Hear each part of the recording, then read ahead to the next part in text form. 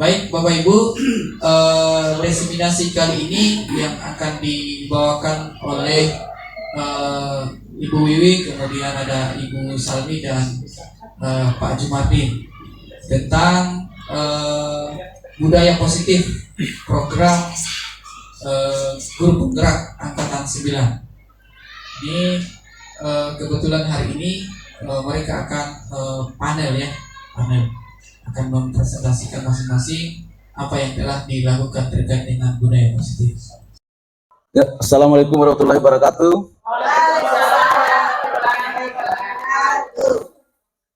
Ya, terima kasih atas kedatangan teman-teman semua sudah menghadiri undangan kami pada pagi hari ini dalam rangka diseminasi pemahaman dan penerapan budaya positif di SD Negeri 1 Pongo, calon guru penggerak angkatan 9 Kabupaten Wakatobi. Jadi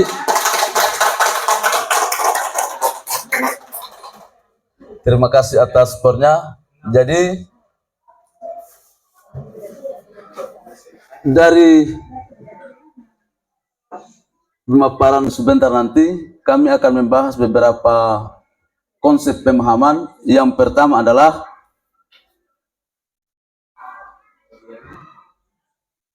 pembelajaran dengan paradigma baru. Jadi di kurikulum Merdeka ini sudah ada pembelajaran paradigma baru dengan yaitu pembelajaran berdiferensiasi. Apa itu pembelajaran berdiferensiasi? Yaitu pembelajaran yang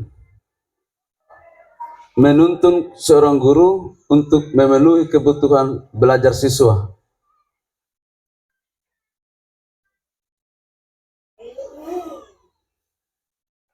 Coba teman-teman semua, Bapak dan Ibu guru, ada contoh ilustrasi sebelum kita membahas apa itu pembelajaran berdiferensiasi.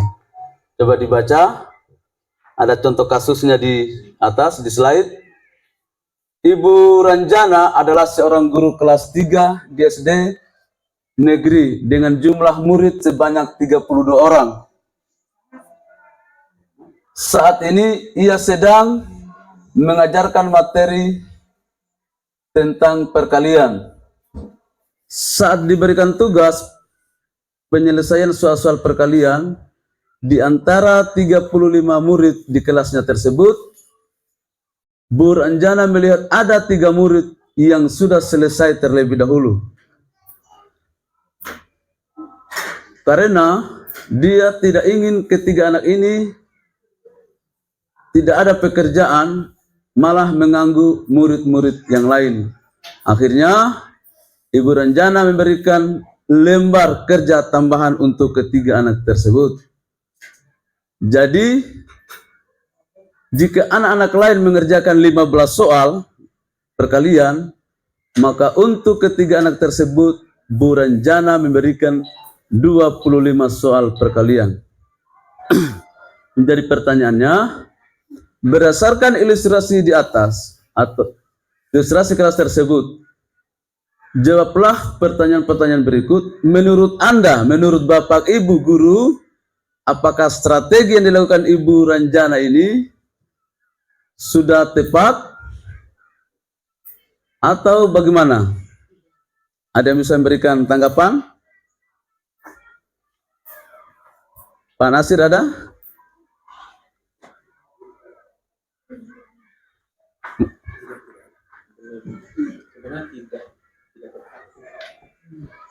Ada yang bisa memberikan tanggapan dari Bapak Ibu guru? Ya, Ibu Salmi. Ya, terima kasih. Menurut saya, apa yang dilakukan oleh Ibu Ranjana itu kurang tepat. Ya, karena dia menambah pekerjaan anak ini. Seharusnya Ibu Ranjana harus mempersiapkan perencanaannya jika memang anak ini kan tergolong mampu, mungkin ini anak yang 3 ini. Ya, jadi seharusnya dia bisa membuatkan soal-soal yang mungkin tingkat kesukarannya di atas teman-temannya yang lain, sehingga terpenuhi kebutuhan belajarnya. Kalau ini tergolong mudah bagi mereka, ini soal-soal yang diberikan. Kalau menurut saya seperti itu, ya saya akan memberikan soal ya di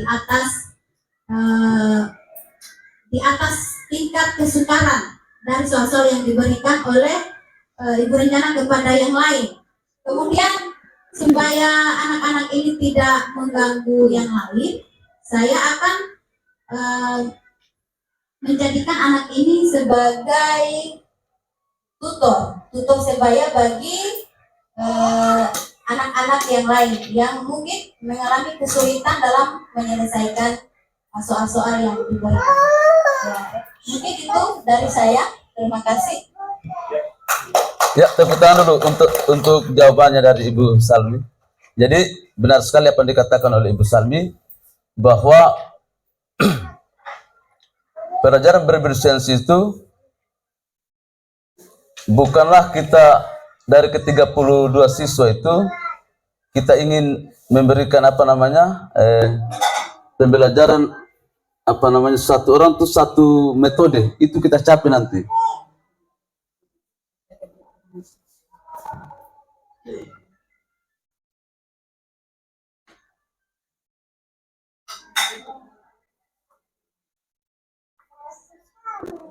Jadi ada ini miskonsep tentang pembelajaran berdiferensiasi. Jadi melakukan pembelajaran diferensiasi bukanlah berarti bahwa guru harus mengajar dengan 32 cara yang berbeda pada siswa yang ada di kelas tersebut. Kalau misalnya 24 orang, kita mengajarkan dengan cara 24 yang berbeda, itu miskonsep yang salah. Jadi pembelajaran diferensiasi adalah pembelajaran yang serangkaian keputusan yang masuk akal yang dibuat oleh seorang guru yang berorientasi kepada kebutuhan murid. Jadi keputusan-keputusan yang kita ambil itu ada di antaranya adalah kurikulum yang memiliki tujuan pembelajaran yang didefinisikan sangat jelas.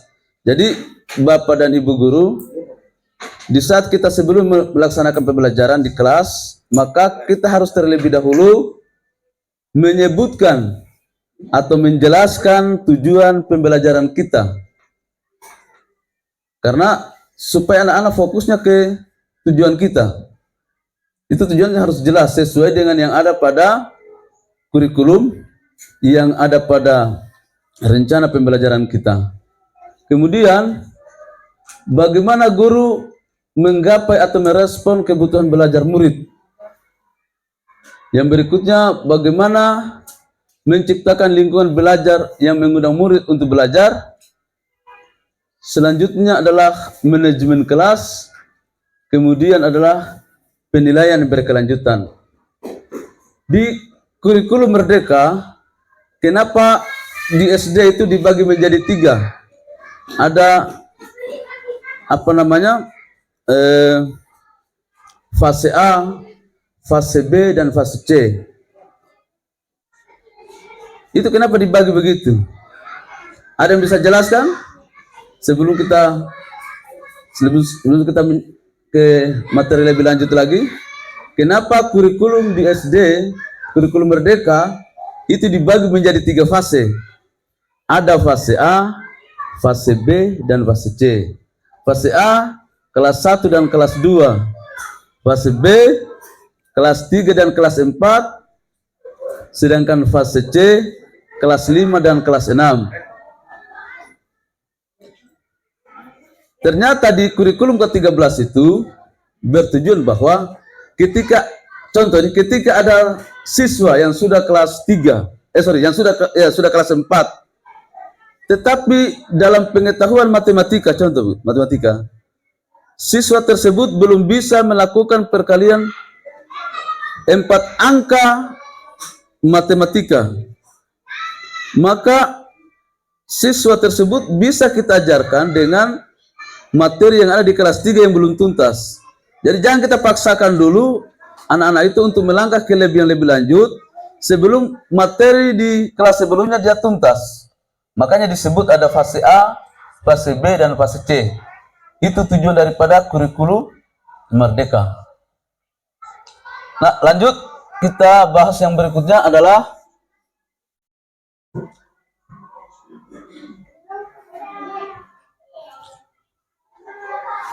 dari keputusan-keputusan tadi ada yang tertera kebutuhan belajar murid. Kebutuhan belajar murid apa saja itu? Yang pertama adalah kesiapan belajar murid. Yang kedua, minat murid. Yang ketiga adalah profil belajar murid. Bapak dan Ibu guru, saya jelaskan dulu apa itu kesiapan belajar. Mungkin sudah ada yang lebih tahu atau sudah ada yang paham. Tapi saya ingin menjelaskan kembali bahwa contoh kasus ya.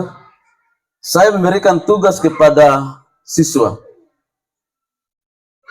Tugas yang saya berikan ini, itu terlebih dahulu siswa itu dia sudah pahami. Dia sudah laksanakan sebelumnya. Atau dia sudah mendapatkan materi sebelumnya. Makanya dalam pembelajaran itu, kita harus melakukan namanya apresiasi sebelum kita melangkah ke pembelajaran selanjutnya. Supaya anak tidak siap. Makanya disebut namanya kesiapan belajar. Secara mental, secara psikologis dia siap untuk menerima materi. Kemudian yang kedua adalah minat. Dari tugas-tugas yang kita berikan ini, dia merasa penasaran, dia merasa tertantang untuk dia bisa mengembangkan ide-ide kreatifnya ke depan. Itu yang disebut dengan minat. Minat belajar. Kemudian yang berikutnya adalah profil belajar murid. Nah, dari tugas yang kita berikan tadi, ini murid ini memiliki beberapa cara untuk mengerjakannya. Sekarang kan dunia IT sudah berkembang, tidak sama seperti kita dulu hanya kita menulis di kertas saja. Sekarang sudah berkembang, sudah dunia IT sekarang sudah lebih bagus lagi. Kita berikan kesempatan kepada mereka atau kita berikan mereka keleluasaan untuk mengerjakan tugas-tugas tadi bisa dengan cara dia menuliskannya di buku atau bisa juga dia mengerjakannya bisa melalui YouTube. Bisa juga dengan PowerPoint kalau dia mampu atau dengan cara-cara apa saja yang memungkinkan dia merasa nyaman. Yang memungkinkan dia bisa berbuat untuk mengerjakan tugas-tugas tersebut. Itulah yang disebut dengan profil belajar siswa atau gaya belajar siswa. Sampai sini paham tidak ini Bapak Ibu guru? Bagus kalau paham. Oke, kita melangkah yang kedua adalah lingkungan belajar. Lingkungan belajar adalah semua kondisi yang memberikan pengaruh terhadap murid yang terlibat dalam proses pembelajaran. Jadi lingkungan belajar juga ini sangat penting. Jangan sampai di kelas kita juga itu keadaan kelas kita semrawut. Kemudian mungkin kita berdekatan dengan kelas-kelas yang atau dengan rumah-rumah tetangga. Di rumah-rumah tetangga ini ada kebisingan-kebisingan, mereka memutar musik dengan suara-suara keras, itu juga bisa mempengaruhi dalam lingkungan belajar. Tidak akan efektif nanti proses pembelajaran kita di kelas. Dan masih banyak lagi contoh-contoh yang lainnya. Kemudian ada manajemen kelas. Manajemen kelas adalah guru menciptakan prosedur atau rutinitas metode yang memungkinkan adanya fleksibel. Jadi di sini Bapak dan Ibu guru, manajemen juga kelas juga penting. Bagaimana juga kita mengatur tata letak tempat duduk. Jadi tempat duduknya jangan dari kelas 1 sampai kelas 6 itu begitu-begitu saja. Atur beberapa pola bentuk tempat duduk sehingga itu bisa menciptakan namanya manajemen kelas yang baik. Kemudian juga ada metode. Jadi metode pembelajaran itu jangan hanya itu saja. Jangan hanya feedbacknya dari dua arah, tetapi harus banyak arah. atau juga bisa pembelajaran berkelompok. Jangan hanya metode-metode itu saja, harus dirubah-rubah metodenya sehingga anak-anak itu tidak bosan di kelas. Kemudian yang berikutnya adalah penilaian yang berkelanjutan. Jadi sebelum kita melakukan proses pembelajaran Bapak Ibu, terlebih dahulu kita menilai dulu anak-anak kita. Anak-anak kita ini sudah sejauh mana pemahaman mereka tentang perhitungan, sudah sejauh mana pemahaman mereka tentang membaca. Dari situ kita bisa mengambil sebuah keputusan untuk metode pembelajaran selanjutnya. Contoh, misalnya di kelas saya ada 3 orang yang belum paham tentang perhitungan. Maka ketiga anak ini pasti metodenya akan berbeda dengan teman-teman yang lain. Kembali saya katakan bahwa kalau misalnya dia di kelas 4, maka mereka itu di fase B. Maka jangan kita paksakan mereka untuk berada di kelas di pelajaran kelas 4. Di pelajaran matematika kelas 4, kita harus turunkan mereka lagi di level yang di kelas 3. Tidak apa-apa Bapak Ibu. Daripada kita paksakan mereka tidak akan bisa mampu menjawab soal-soal yang ada. Mending kita harus turun kembali ke kelas 3 untuk menuntaskan materi itu. Nanti materinya lagi akan dilanjutkan di kelas selanjutnya. Oke, mungkin di sini sudah mulai rasa ini. Kita ekspresikan dulu. Berdiri dulu semuanya. Berdiri dulu. Oke, kalau saya katakan SD 1 Pongo, dijawabnya Jaya, Jaya, Jaya. Paham Bapak Ibu? SD 1 Pongo. Jaya, Jaya.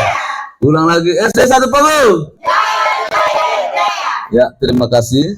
Bisa duduk kembali. Sekarang kita lanjut ke materi berikutnya.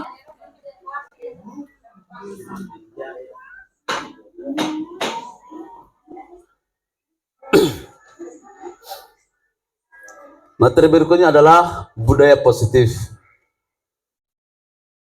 Budaya positif adalah nilai atau keyakinan dari kebiasaan-kebiasaan yang berpihak kepada murid, sehingga murid menjadi bijaksana dan bertanggung jawab. Saya mau tanya dulu sebelum kita melangkah ke materi selanjutnya. Bapak dan Ibu, kira-kira di sekolah kita ini budaya positif apa saja yang kita sudah pernah laksanakan? Siapa yang bisa membantu saya? Ya, budaya positif apa saja? Sabar. Kemana?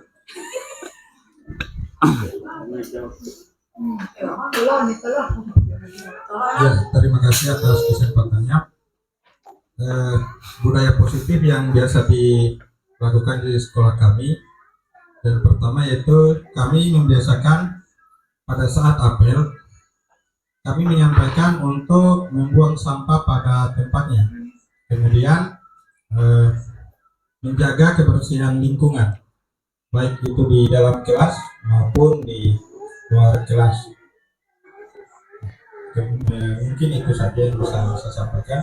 Mungkin ada tambahan dari teman-teman yang lain. Terima kasih. Ya, terima kasih Pak Adi atas jawabannya. Jawabannya bagus sekali.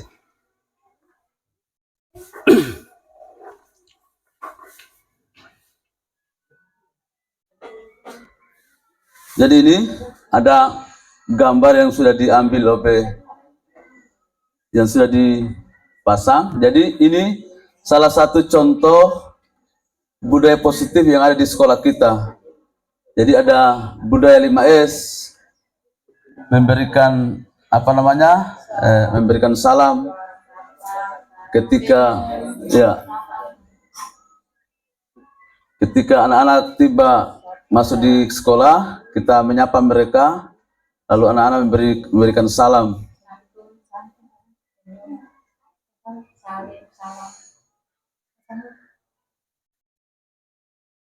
Ya, yang ke berikutnya ada gambar sedekah.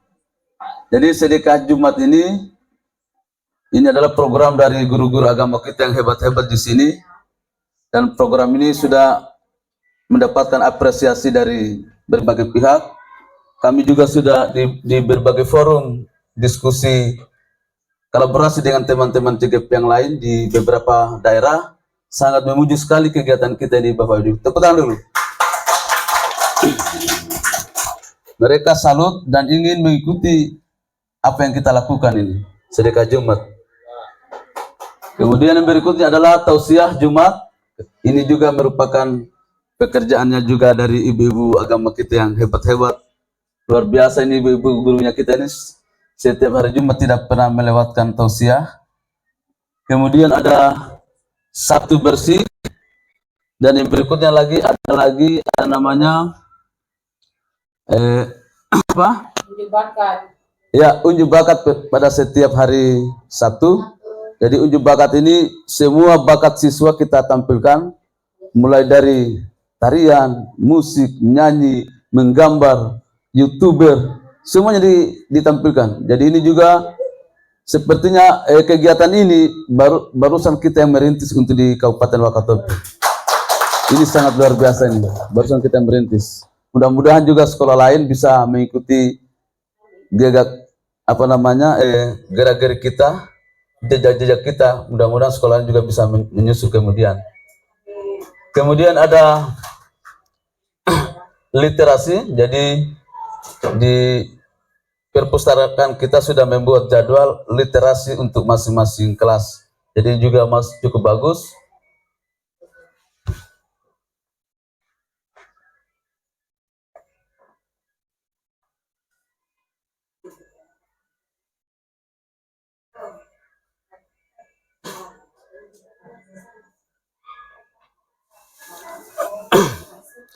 Dari budaya positif tadi Bapak dan Ibu akan menghasilkan yang namanya disiplin positif. Tapi dalam disiplin positif ini, kita sebagai seorang guru harus menjadi contoh, harus menjadi teladan dulu sebelum kita menyuruh seseorang, sebelum kita menyuruh siswa-siswa kita untuk melakukan budaya positif. Jadi disiplin positif di sini adalah yang berasal dari diri sendiri, yang disebabkan karena rasa tanggung jawab yang muncul dari dalam diri untuk melaksanakan tindakan sesuai hati nurani tanpa paksaan, karena ingin dihargai oleh siapapun atau setiap orang. Jadi disiplin yang baik itu Bapak Ibu guru, bukan karena dia disiplin itu karena takut nanti dimarahi oleh Bapak Kepala Sekolah. Misalnya saya datang tepat waktu di sekolah sebelum jam 7, saya nanti takut dimarahi oleh Kepala Sekolah. Tetapi disiplin yang kita kembangkan itu adalah disiplin yang benar-benar berasal dari hati nurani. Benar-benar disiplin itu merupakan tanggung jawab bahwa saya itu harus datang tepat waktu.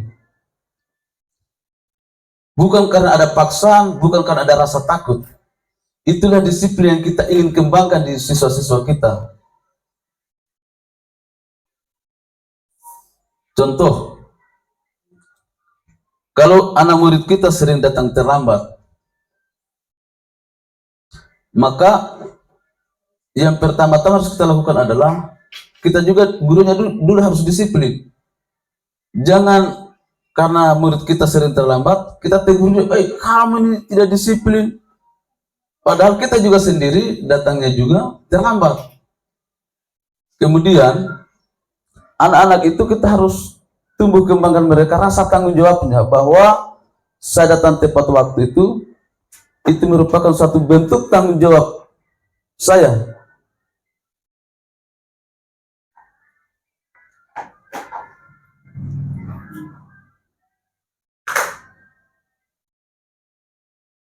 Kemudian dari disiplin positif ini akan melahirkan nilai-nilai kebajikan. kalau dalam profil pelajar Pancasila ada nilai-nilai kebajikan yang beriman dan bertakwa kepada Tuhan Yang Maha Esa, kemudian berakhlak mulia, berkebinekaan global, gotong royong, mandiri, kreatif, bernalar kritis. Ini mudah-mudahan dari disiplin itu akan melahirkan sikap-sikap yang seperti itu.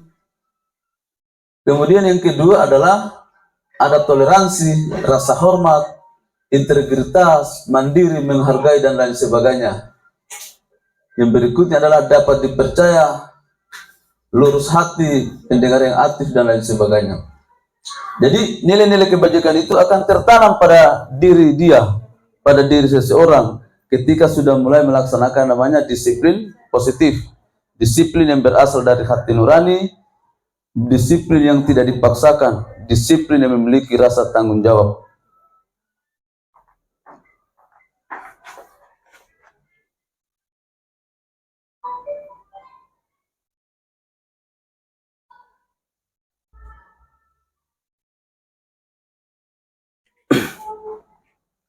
Ya, kita masuk ke materi berikutnya, yaitu kebutuhan dasar manusia.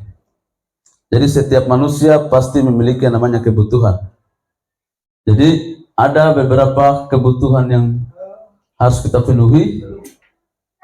Jadi kebutuhan dasar manusia adalah merupakan unsur-unsur yang dibutuhkan oleh manusia dalam menjaga keseimbangan baik fisiologis maupun psikologis. Hal ini bertujuan agar untuk mempertahankan hidup dan kesehatan. Jadi jelas sekali kebutuhan dasar manusia itu ada 5 kebutuhan. Yang pertama, kebutuhan bertahan hidup. Tentu di sini pasti akan berkaitan dengan pangan, berkaitan dengan makanan dan minuman. Kalau sumber ini tidak ada, tidak mungkin kita akan bisa bertahan hidup. Kemudian yang berikutnya adalah kebutuhan cinta dan kasih sayang. Tentu seorang anak pasti membutuhkan cinta dan kasih sayang dari orang-orang di sekitarnya, baik itu orang tua, kakaknya, maupun gurunya. Yang berikutnya adalah kebutuhan akan penguasaan. Jadi kita hidup pasti kita memiliki keinginan untuk menguasai sesuatu, mau punya laptop, mau punya HP, mau punya mobil, mau punya sepeda motor, dan lain-lain sebagainya. Kemudian kebutuhan akan freedom, kebebasan atau kemerdekaan. Jadi setiap orang pasti ingin memiliki kebebasan, pasti ingin bebas, tidak mau hidup tertekan. Sama juga dengan siswa, dalam kita sebagai guru, jangan kita terlalu menekan mereka. Berikanlah mereka kebebasan untuk menentukan bagaimana dari cara belajar mereka. Sekali-sekali kita harus bertanya kepada siswa, apakah metode pengajaran saya sudah tepat atau belum? Maunya gaya belajarnya seperti apa? Kemudian apakah materinya juga yang kita bawakan ini? Bertanya kepada mereka, bisakah kita bawakan materi ini besok? Karena jangan sampai juga siswa belum siap. Oh, besok aja kalau materi ini belum bisa Pak Guru, karena kami belum pernah dapatkan.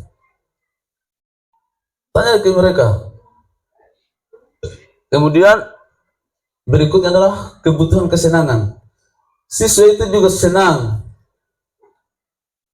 kalau ada hal-hal yang baru. Siswa itu akan senang ketika kita memberikan metode-metode pembelajaran yang menyenangkan. Siswa itu akan senang ketika kita dalam melakukan proses pembelajaran kita melibatkan mereka. Jangan kita paksakan seperti yang dulu-dulu, hanya satu arah, hanya maunya guru saya begini, murid-murid harus ikuti. Itu tidak bisa lagi. Dunia sudah berubah, paradigma pembelajaran sudah berubah. Kalau di kurikulum sekarang, kurikulum ke-13 ini namanya pembelajaran berdiferensiasi. Di kurikulum Merdeka ini pembelajaran berdiferensiasi, yaitu pembelajaran berdasarkan kebutuhan murid.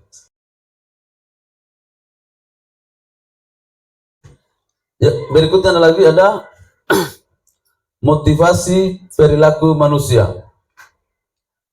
Yang pertama, untuk menghindari ketidaknyamanan hukuman.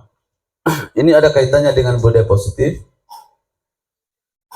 Kadang ada siswa yang mengerjakan tugas karena jangan sampai takut karena jangan sampai dihukum oleh bapak ibu gurunya. Tetapi kita harus memberikan menumbuh kembangkan kepada anak bahwa melaksanakan tugas tepat pada waktunya itu merupakan bentuk tanggung jawab. Jadi anak-anak kerjakan tugas itu bukan karena dia takut kepada kita guru, tetapi merupakan inisiatif dia sendiri untuk mengerjakan tugas tersebut, kemudian merupakan rasa tanggung jawab kepada tugas-tugas yang kita embani kepada siswa tersebut. Berikutnya adalah untuk mendapatkan hadiah atau reward atau penghargaan dari orang lain. Ini di kurikulum Merdeka ini hal-hal seperti ini sudah kita harus hilangkan. Saya juga masih heran ada beberapa sekolah ketika penerimaan rapor masih ada mencantumkan juara dan memberikan mereka hadiah. Ini kebiasaan ini harus kita hilangkan kepada siswa.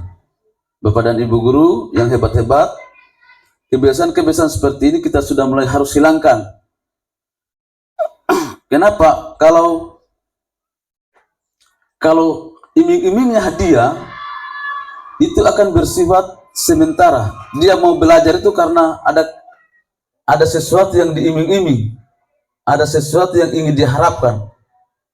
Tetapi yang kita inginkan itu adalah siswa mau belajar itu karena mau ingin tahu. Siswa mau belajar itu karena dorongan dari intrinsik, dorongan dari dirinya dia sendiri untuk dia mau belajar, bukan karena ada iming-iming. Makanya di kurikulum Merdeka ini di dalam rapornya tidak ada lagi yang namanya juara 1, juara 2 dan seterusnya. Dapat hadiah ini, dapat hadiah itu. Oke, Bapak dan Ibu, guru yang hebat di sini, SD Negeri 1 Pongo. Dari penjelasan saya ini sudah dipahami atau belum? Paham? Ya, terima kasih kalau sudah paham. Kita lanjut lagi. Kemudian motivasi perilaku manusia yang ketiga adalah untuk menjadi orang yang mereka ingin dan untuk menghargai diri sendiri dengan nilai-nilai kebajikan yang kita percaya. Ini yang kita inginkan kepada siswa-siswa kita ke depan. Jangan mereka belajar itu karena takut dengan bapak dan ibu gurunya, tetapi mereka melakukan budaya positif itu karena dari dirinya sendiri, kesadaran mereka sendiri yang memiliki rasa tanggung jawab yang tinggi.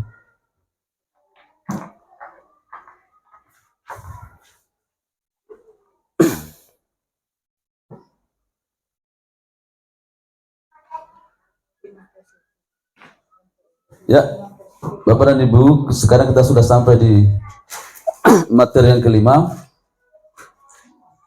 Sebelum kita melangkah ke materi yang kelima, ada himbauan dari kami calon guru penggerak. Mudah-mudahan dari apa yang saya telah sampaikan tadi, supaya setelah ini Bapak dan Ibu guru yang hebat-hebat, materi yang telah disampaikan itu bisa kita laksanakan di kelas kita, karena paradigmanya sudah berubah.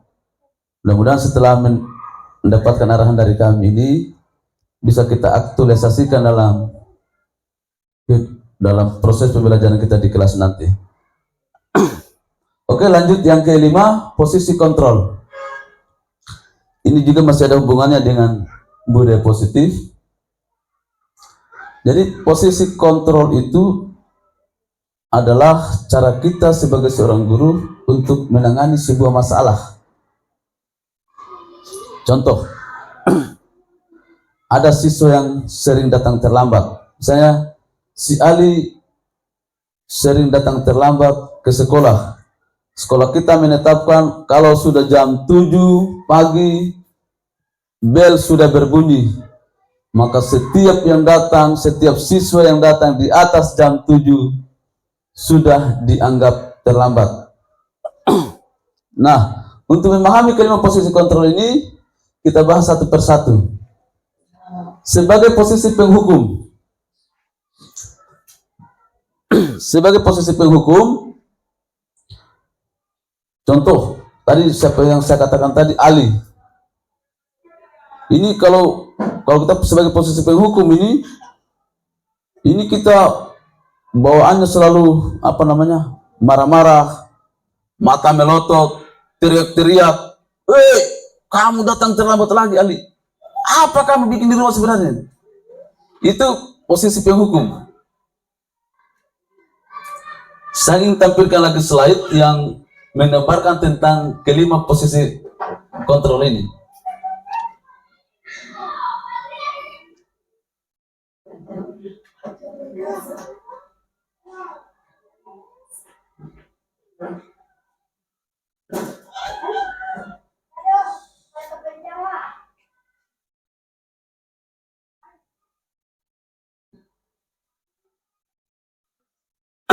Ya, Bapak dan Ibu, itu di slide sana sudah tampak sebagai posisi penghukum. Seorang penghukum bisa menggunakan hukuman fisik maupun verbal. Jadi di kurikulum kita sekarang sudah melarang itu. Tidak boleh lagi kita melaksanakan hukum secara fisik maupun verbal. Penghukum ini dampaknya sangat besar. Bisa membuat anak-anak itu menjadi pendendam. Saya tidak usah ambil contoh jauh, Bapak dan Ibu. Saya ceritakan dulu masa lalu saya. Saya dulu pernah dihukum secara fisik oleh guru saya. Ketika pada saat itu saya berkelahi dengan teman saya di sekolah. Terus guru saya dulu hanya menyalahkan saya dan memberikan hukuman fisik yang luar biasa menurut saya pada saat itu, karena saya masih anak-anak. Dia menampar saya, menempeleng saya, mencubit saya, luar biasa pada saat itu. Dan pada saat itu dan seketika itu saya merasa dendam. Ada kata yang terucap dalam hati saya pada saat itu, tunggu suatu saat nanti kalau saya jadi guru. Kalau saya jadi guru, baru saya ketemukan anakku masih SD dan kemudian itu di kelas saya akan melakukan hukuman seperti itu kepada anakmu nanti. Mungkin doa itulah yang dijawab oleh Allah sampai saya berdiri di depan ini. Gara-gara dendam saya itu.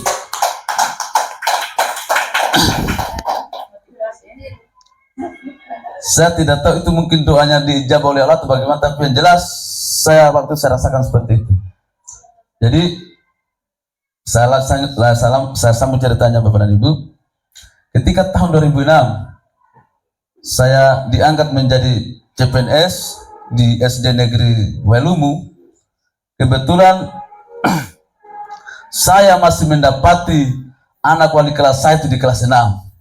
Wah, ini sudah, ini anaknya nih, padahal ini dia ini. Saya sudah wanti-wanti nih.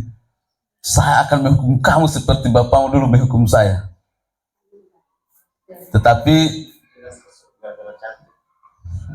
saya mulai sadar bahwa ternyata mendendam itu kurang bagus.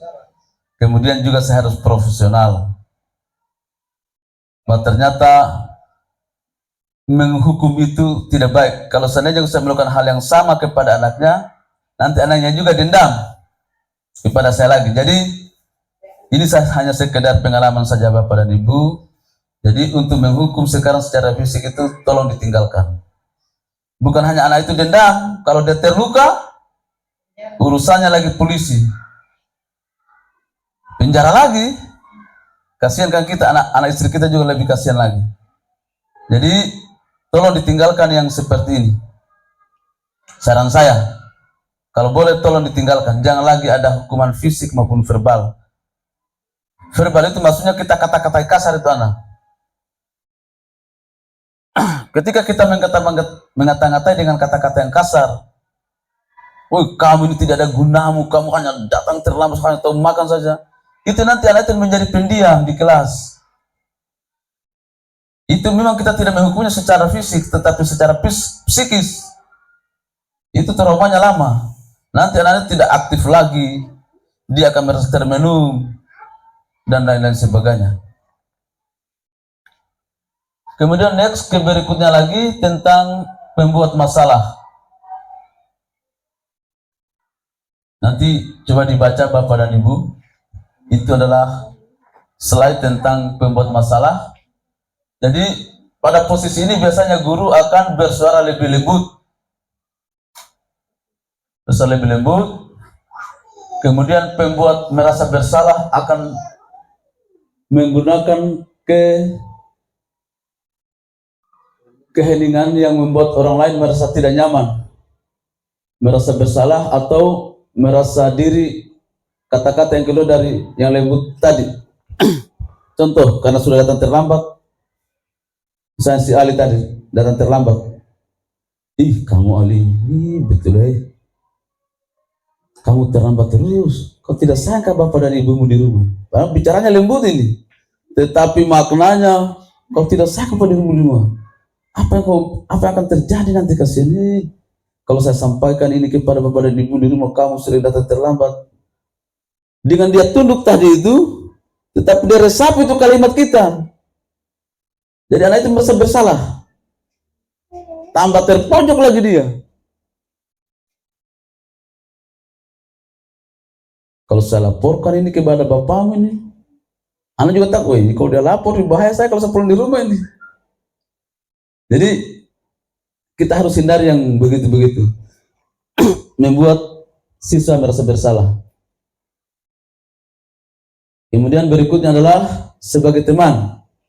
Ini banyak juga saya lihat guru-guru karena tidak mau ambil resiko. Ini masih banyak teman-teman kita guru yang menggunakan ini, merasa teman sebagai teman. Kalau siswa kita sudah berbuat salah, sudah tidak apa-apa. Nanti bapak guru yang ini yang tangani sih. Sudah tenang saja kamu Ali. Masa sudah cepat sana. Nah ini yang merasa teman juga ini berbahaya. Karena dia sudah merasa guru itu sebagai temannya, dia akan mengulang terus kesalahan yang dia buat. Biar saya terlambat ini, bapak dan ibu guru ini, atau bapak guru tidak akan marah kepada saya. Ini yang membuat kita, jadi nanti anak tidak lagi menghargai kita nanti kalau kita menggunakan pendekatan sebagai teman. Kemudian ada posisi konten berikutnya adalah pemantau. Pemantau ini contohnya begini Bapak dan Ibu. Misalnya ada siswa di kelas, setiap pelajaran bahasa Inggris, mana Pak Asirudin yang guru bahasa Inggris, di sana di belakang. Karena biasanya kan bahasa ini banyak siswa yang kurang senang ini. Terutama saya dulu, mudah-mudahan jangan diikuti contoh itu. Jadi di setiap pelajaran bahasa Inggris, si Ali ini tidak pernah mengerjakan tugas. Jadi dia panggil, Ali, kamu ke sini. Bapak lihat-lihat kamu dari beberapa hari yang lalu atau setiap kali saya masuk, tugas-tugas dalam bahasa Inggris kamu tidak pernah bikin.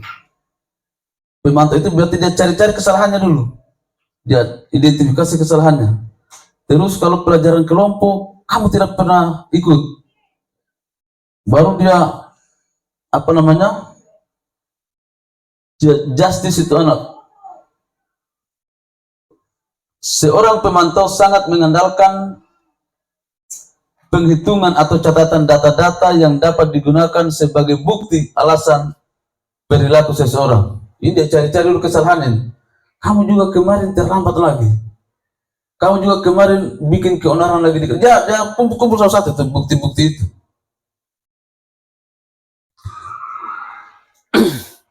Oke, berikutnya Bapak dan Ibu, yang kita inginkan itu adalah ini yang paling bagus. Sebagai seorang manajer, coba diperhatikan slide-nya di depan supaya lebih pahami apa itu fungsi kita bila kita sebagai seorang manajer. Ini yang kita harapkan ke depan nanti. Kami dari calon guru penggerak ini yang kami harapkan, mudah-mudahan di kelas itu kita laksanakan, Bapak dan Ibu guru, kita melaksanakan hal yang seperti ini untuk ketika ada anak-anak kita yang bermasalah. Jadi posisi manajer ini adalah posisi di mana guru berbuat sesuatu bersama dengan murid, mempersilahkan murid mempertanggungjawabkan perilakunya. Saya kasih contoh Bapak Ibu. Ini contoh lagi. Misalnya kalau ada seorang anak yang membuang sampah sembarangan, dia buang sampah pas di depan kita, apa yang harus kita lakukan sebagai seorang posisi manajer? Jadi di posisi manajer ini, Bapak dan Ibu, kita panggil anak itu di apakah di ruangan yang tertutup, supaya jangan sampai kita tegur juga di ruang terbuka, dia merasa malu. Jadi kita langsung tanyakan, apa alasanmu kamu buang sampah sembarangan? Tanyakan alasannya dulu. Kan pasti sisa mungkin beragam jawabannya. Mungkin dia jawab, karena saya sudah terbiasa Pak di rumah buang sampah sembarangan. Mungkin. Atau mungkin saya sudah terbiasa buang sampah sembarangan. Terus anak itu kita tanya lagi, menurut kamu apakah dengan melakukan buang sampah sembarangan sudah merupakan hal yang baik? Terus mungkin anak juga akan menjawab, tidak Pak, itu hal yang tidak baik. Jadi apa yang harus kamu lakukan supaya kamu tidak membuang sampah sembarangan? Anak pasti akan menjawab, saya akan melakukan, membiasakan diri untuk membuang sampah pada tempatnya. Jadi kita apa namanya, mengembalikan kepercayaan diri anak itu untuk melakukan sesuatu hal itu, dia merasa bertanggung jawab dengan apa yang dia lakukan. Jadi janganlah kita pakai kelima kontrol hukum di atas itu.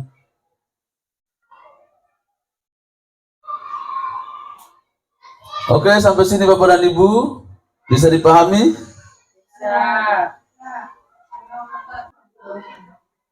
Kita SD dulu ya, supaya semangat Bapak dan Ibu. Bisa? Bisa. Oke, semuanya bisa. Saya minta lagi bisa berdiri kembali.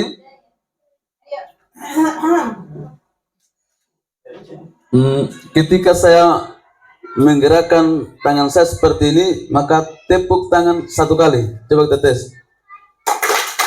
Kalau 2 kali, misalnya tak tak tak, itu 2 kali. Kalau 3 kali, tak tak tak, 3 kali. Oke, paham?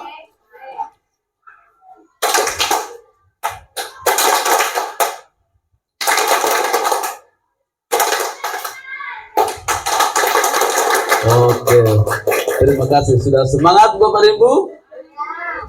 Oke, kita lanjut lagi.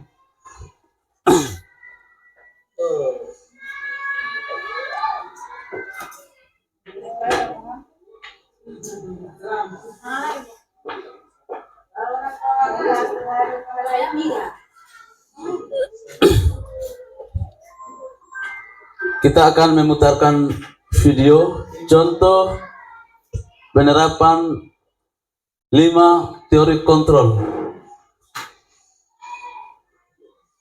Sahabat Bapak Ibu ya, saya carikan dulu videonya.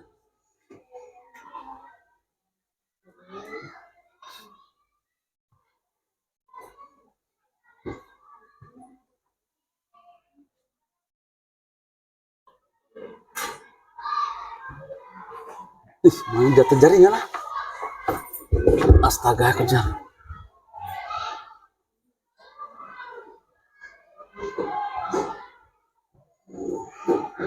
Diumpamna video nah.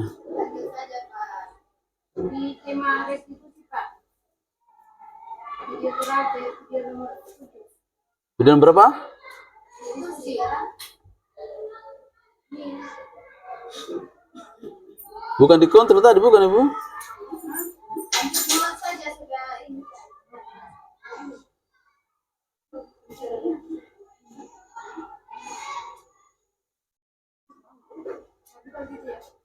Di sini Bu? Ini? Kayak tadi saya. Ini.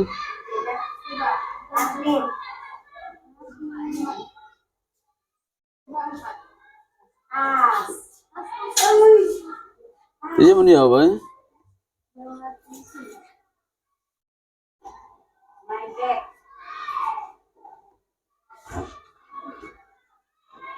Ini. Ya, ini Bapak Ibu contoh video dari kelima kontrol tadi. Silakan disimak, mudah-mudahan dari video ini bisa kita ambil hikmahnya dan bisa kita petik maknanya, model-model pembelajaran apa nanti yang sekarang ini masih kita lakukan, dan mudah-mudahan 5 posisi kontrol ini yang kita terapkan adalah yang terakhir, yaitu sebagai manajer. Proses perjalanan seorang pendidik agar dapat mengenali dirinya. Pada video kali ini, kita akan membahas tentang 5 posisi kontrol yang dikembangkan oleh Diane Gosser dan contoh penerapannya.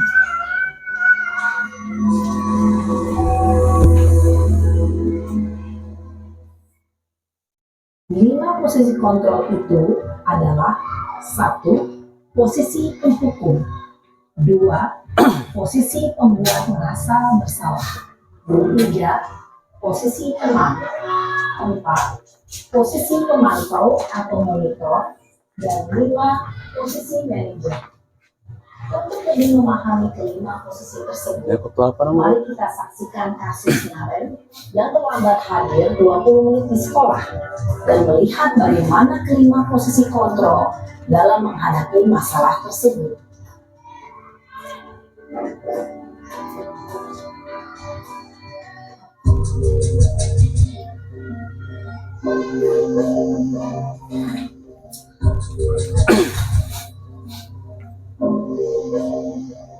Naren, sini kamu. Selamat pagi Bu. Selalu terlambat. Kamu deh, pasti terlambat. Maaf Bu, saya Apa? Apa coba? Alasan kamu apa lagi? Kapan sih kamu tidak terlambat? Malas sekali ya kamu jadi anak. saya Dasar pemalas. Gak kapok-kapok sih kamu. Sudah berapa kali terlambat? Sana, kamu keliling lapangan basket 2 kali. kenapa saya harus ke lapangan basket Bu? Kenapa? Kamu melawan ibu. Berani-beraninya jawab. Sudah terlambat, masih berani jawab pula. Sekarang, keliling lapangan basket 5 kali sekalian. Biar kapok. Cepat. Pergi sana ke lapangan basket. Ya kan? Posisi penghukum biasanya berbicara dengan nada tinggi, menghardik, menunjuk-nunjuk, menyakiti, dan menyindir. Hukuman bisa berupa fisik maupun psikis. Ibu dan bapak guru hebat.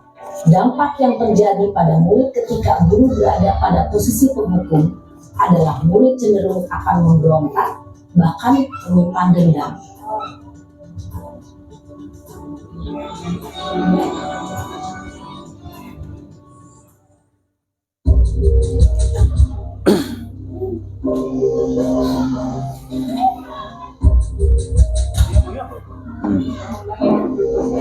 atau lain lagi. Naren, Yang Selamat pagi Bu. ini Naren. yang pembuat rasa masalah ini. Terlambat lagi, nak. Ya Tuhan, Naren. Kamu senang ya bikin ibu susah ya? Kalau kamu terlambat lagi, nanti ibu yang ditegur bapak kepala sekolah, nak. Disangka ibu tidak bisa membina kamu. Duh, gimana ini? Maaf Bu. Duh, Gusti Naren. Kamu Bersalah. suka ya kalau ibu ditegur bapak kepala sekolah? Terus, sekarang ibu harus tulis apa yang di buku absen? Ini kamu sudah sering terlambat loh. Ibu harus apa coba? Maaf Bu. Maaf sekali. Ya sudah, lain kali jangan bikin ibu susah lagi ya nak ya. Ibu tidak akan kuat lagi kalau kamu begini terus. Bisa jantungan kalau ibu tegur bapak kepala sekolah. Sana cepat, awas. Maaf ya Bu. Maaf sekali. Posisi pembuat rasa bersalah berbicara dengan nada tenang, cenderung lembut. Namun kata-kata yang diutarakan membuat murid merasa menjadi orang yang gagal, memandang buruk dirinya sendiri, merasa tidak berharga, dan tidak sanggup membahagiakan orang lain. Ketika guru mengambil posisi pembuat rasa bersalah, murid akan menganggap dirinya yang bersalah dan ia akan menyimpan emosi negatif tersebut di dalam dirinya.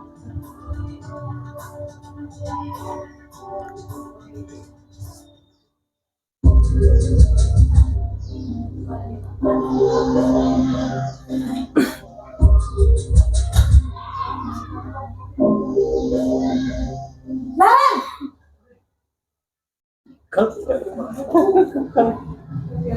Selamat pagi Bu. wah, sudah jam berapa ini nak? Terlambat lagi ya sayang. Iya Bu. Habis ibu saya lupa bangunkan saya Bu. Kenapa? Kamu malah menyalahkan ibu Benar. kamu. Kita mau bicara tuh. Kamu bukannya anak yang larinya paling kencang. Kok terlambat sih? Iya Bu. Saya memang terlambat bangun tadi. Jadi biarpun saya lari kencang, tetap gak kekejar Bu. Dan saya di sana, saya simpan saya di sana. Kali larinya lebih kencang lagi ya. Biar gak terlambat lagi. Bikin senang ibu. Demi ibu. Bisa kan? Bisa lah Bu. Ya sudah, sana masuk kelas. Ibu beresin urusan absen kamu. Kamu ini ada-ada saja.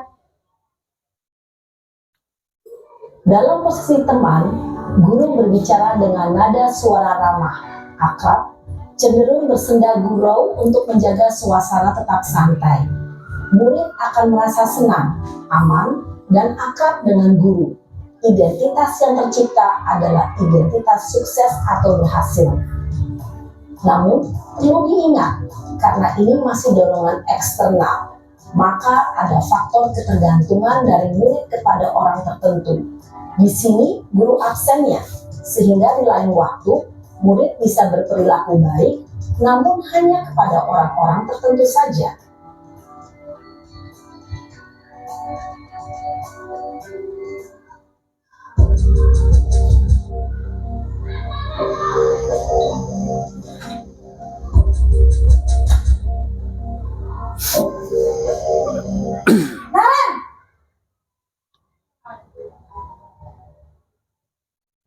Selamat pagi Bu.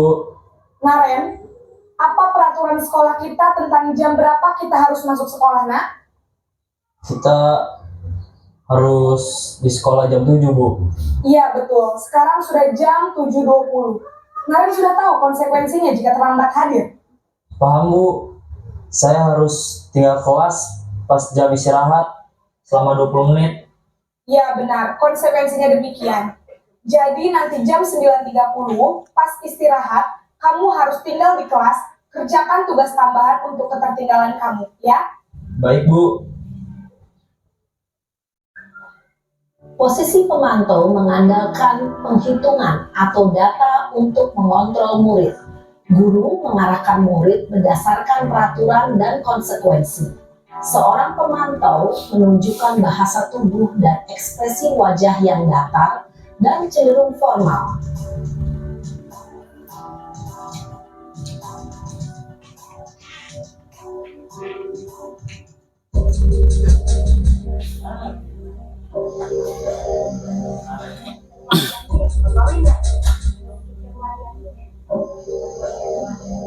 Naren,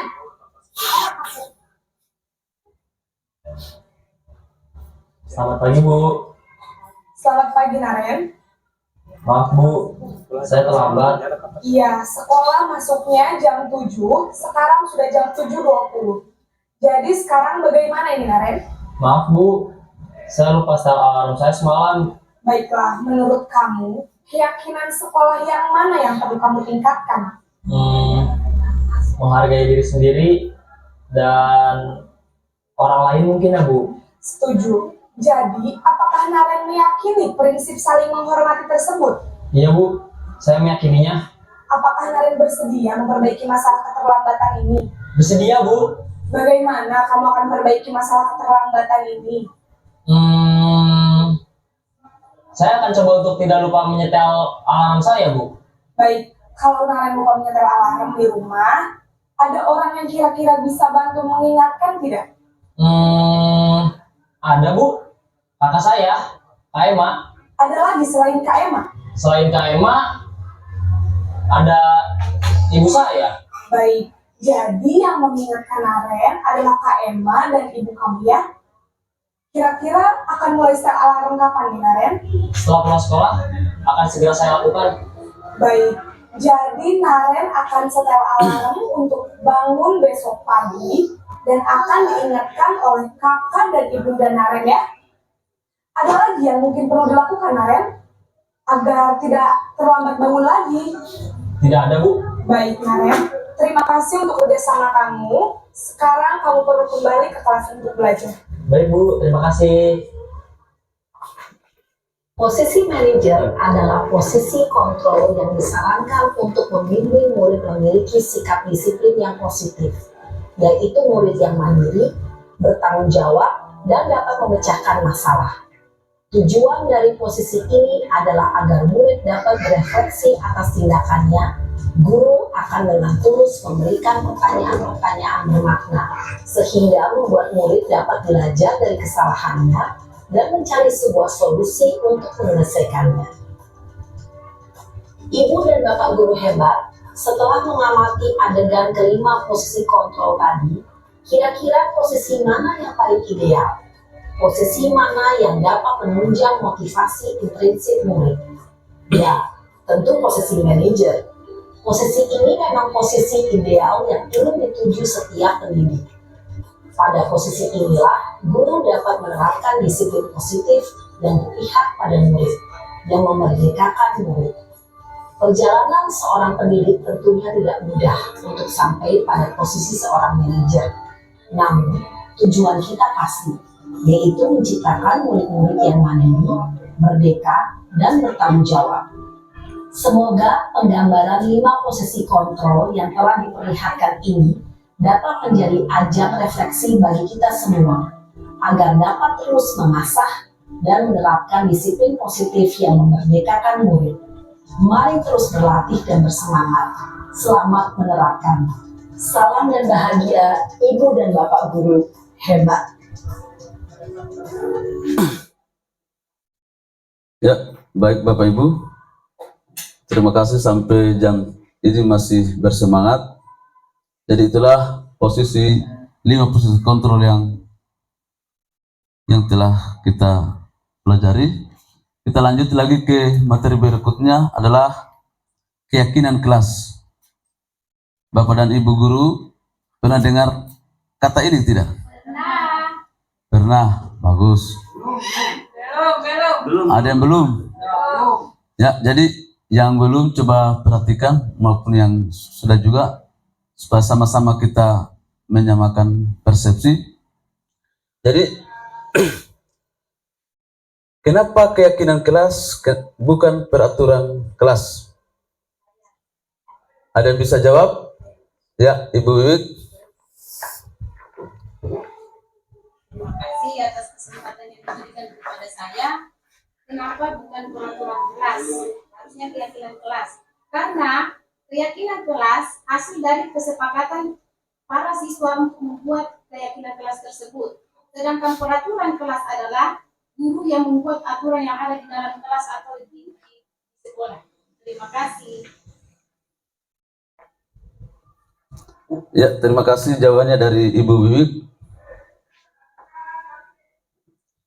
Jadi kenapa bukan peraturan kelas tapi harus keyakinan kelas? Jadi jawaban Ibu Wiwik betul sekali, karena peraturan kelas itu dibuat oleh guru, sedangkan keyakinan kelas adalah kesepakatan bersama antara guru dan siswa-siswi yang ada di kelas tersebut. Ya, baik Bapak dan Ibu, kita bahas lebih lanjut lagi. Keyakinan kelas merupakan nilai-nilai atau kebaikan atau prinsip-prinsip yang disepakati secara universal. Orang akan lebih bersemangat atau bergerak untuk melaksanakan keyakinan tersebut daripada hanya mengikuti aturan. Makanya kita bentuk namanya keyakinan kelas. Jadi Bapak dan Ibu, keyakinan kelas ini ini harus kita mulai buat dari sekarang, karena dari keyakinan kelas itu kita akan melahirkan budaya positif, di mana budaya positif ini keyakinan kelas ini kita sudah sepakati bersama dengan nilai-nilai yang universal, dengan nilai-nilai kebajikan yang universal. Ini kalau sebenarnya paling bagusnya ini kita praktekkan, tapi kayaknya sudah terlalu lama Bapak dan Ibu dengan saya, karena masih ada lagi dua yang akan menyampaikan lagi. Ini saya hanya menjelaskan saja. Jadi ketika kita membuat keyakinan kelas di kelas, itu nanti siswa-siswanya itu dilibatkan. Kira-kira kelas kita itu mau bikin keyakinannya seperti apa? Yang pertama mungkin supaya tidak datang terlambat, mengerjakan tugas tepat waktu, bagi yang piket melaksanakan piketnya, menjaga kebersihan kelas dan sebagainya. Itu dari unek-unek siswa tersebut kita akan rangkum bersama-sama dengan siswa. Kita akan buatkan yang namanya kalimat positif dari unik-uniknya siswa tadi. Kita akan buat namanya kalimat positif. Jadi kalimat positif itulah yang akan kita jadikan nanti sebagai keyakinan kelas, bukan peraturan kelas.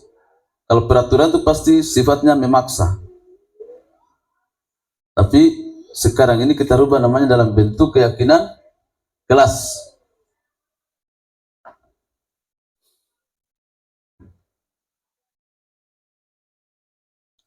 Ya, keyakinan kelas itu bersifat lebih abstrak daripada peraturan yang lebih rinci dan nyata. Contohnya, keyakinan kelas contohnya misalnya siswa harus datang tepat waktu. Itu kalau kita ubah dalam bentuk kalimat positif, maka semua siswa berupaya untuk datang tepat waktu. Itu contoh-contohnya. Kemudian yang berikutnya adalah keyakinan kelas berupa pernyataan universal. Jadi di situ nanti kita tanamkan nanti ada namanya nilai-nilai kebajikan yang universal. Kemudian berikutnya pernyataan keyakinan kelas selalu dibuat dalam bentuk positif.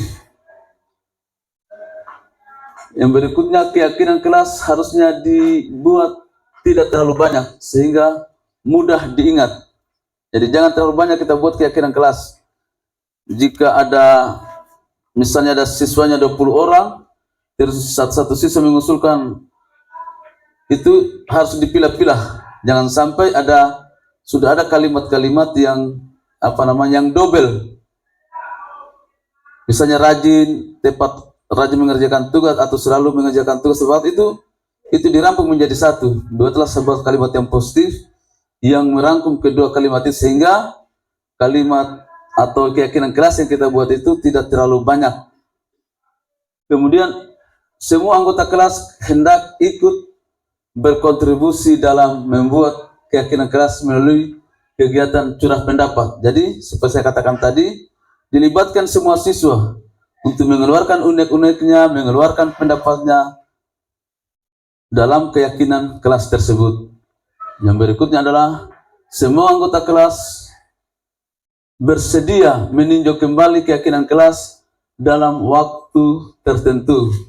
Jadi keyakinan kelas itu tidak bersifat tidak bersifat tetap, tapi harus akan berubah berdasarkan dengan kondisi-kondisi tertentu, sesuai lah dengan katanya dengan perkembangan zaman lah gitu.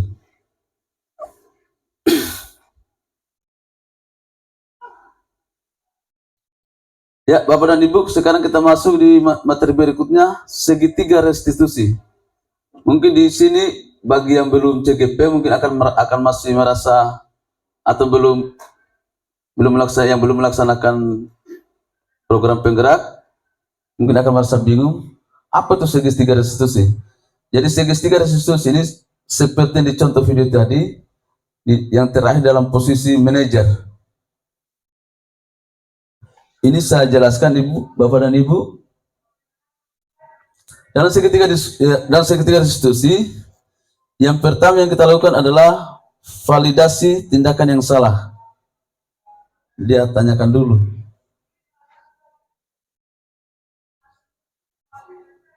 Kemudian menanyakan keyakinan kelas. Keyakinan kelas mana yang kamu langgar, atau keyakinan sekolah seperti yang tadi di contoh video. Keyakinan sekolah mana yang kamu langgar?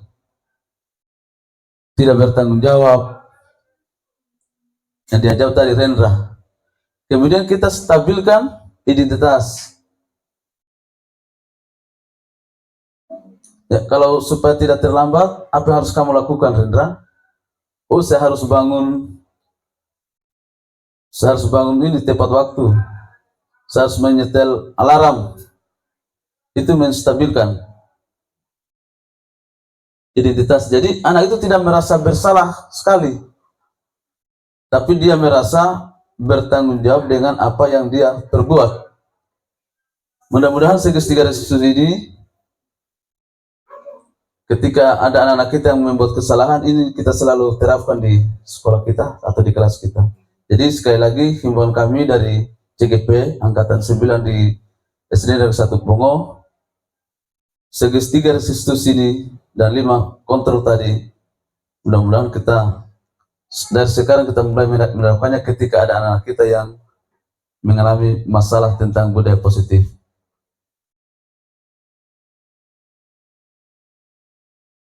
Ini contoh penerapan segitiga restitusi. Saya kira tidak usah, karena sudah kita tayangkan tadi videonya. Jadi Bapak dan Ibu, berakhirlah pertemuan kita pada hari ini. Jadi saya ingin membuat suatu refleksi dan kesimpulan bahwa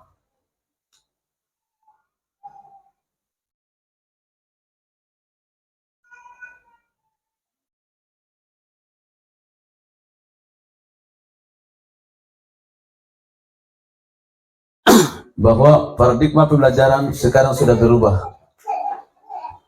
Seorang lagi, bahwa paradigma pembelajaran sekarang sudah berubah. Sekarang kita harus mulai melaksanakan namanya pembelajaran berdiferensiasi. Kemudian dalam konsep budaya positif ada disiplin positif, motivasi perilaku manusia, posisi kontrol, nilai-nilai kebajikan, keyakinan kelas, kebutuhan dasar manusia, dan segitiga restitusi. Jadi mulai dari sekarang marilah kita memberikan contoh kepada anak-anak kita untuk melakukan namanya budaya positif, karena tanpa kita memberikan contoh kepada anak kita, itu susah juga untuk kita menggerakkan seseorang terlebih dahulu kalau belum kita memberikan dulu contoh yang baik. Kemudian segitiga restitusi ini adalah merupakan sebuah solusi untuk menangani sebuah masalah yang melahirkan masalah tanpa masalah, yang mengembalikan anak itu kepada kelompoknya, sehingga anak-anak tersebut tidak akan merasa terkucilkan dan tidak akan merasa bersalah dengan apa yang dia perbuat, tapi dia akan merasa sadar diri bahwa itu merupakan sebuah tanggung jawab yang harus dia emban, merupakan sebuah sikap. Kalau memang itu sikapnya salah, dan sikap itu akan diperbaiki di kemudian hari. Mudah-mudahan dengan materi yang kita telah bahas tadi bisa dipahami dan kita jalankan nanti ke depan di SD Negeri 1 Pongo. Akhir kata, wabillahi taufiq wal hidayah. Wassalamualaikum warahmatullahi wabarakatuh.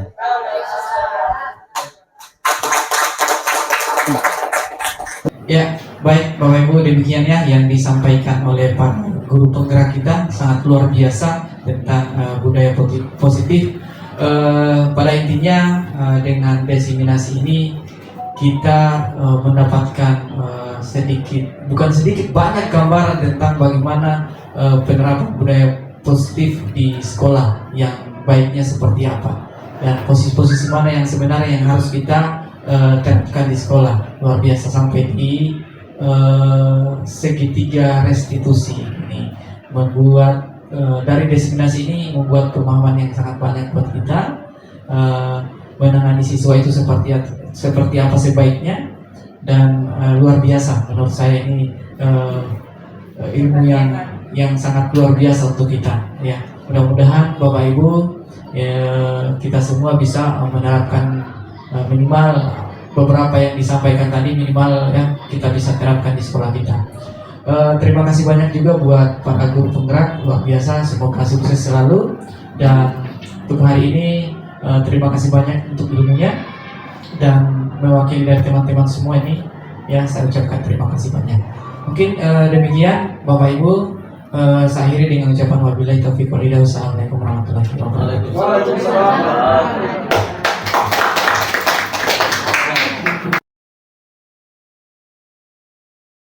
Assalamualaikum warahmatullahi wabarakatuh. Saya Zulham Jaya, mewakili teman-teman guru, ingin menyampaikan beberapa hal terkait dengan hasil diseminasi yang telah dipaparkan oleh para guru penggerak, oleh Ibu Wiwik, Pak Jumari, dan Ibu Salmi.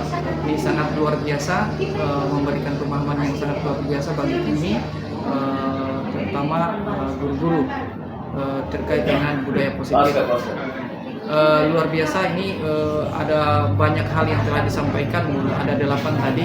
Menurut saya ini sudah memberikan pemahaman yang sangat luar biasa bagi kami terkait dengan budaya positif ini, untuk diterapkan atau dicontoh dan untuk dilakukan di sekolah kami di SD Negeri 1 Pongo, mulai dari tadi perubahan paradigma baru, kemudian nilai-nilai kebajikan yang bersifat budi sosial, sampai di segitiga restitusi, dan mengajarkan juga bagaimana sih cara menyusun keyakinan kelas yang diawali dengan